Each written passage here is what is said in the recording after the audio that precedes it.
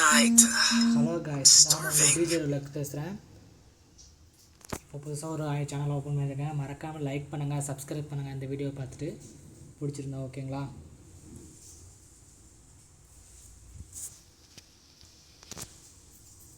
மறக்காமல் நம்ம கில்டுக்கு பிளேஸ் தேவை. ஜாயின் பண்ணுறவங்க ஜாயின் பண்ணிருக்காங்க. இதான் நம்ம கில்டு ஐடி பார்த்துக்கோங்க. இந்த கில்டில் மறக்காமல் சேர்ந்துக்காங்க. எனக்கும் இன்னொரு பிளேயருக்கும் ரூம்மேட்ச் இருக்கிறது. 1:1.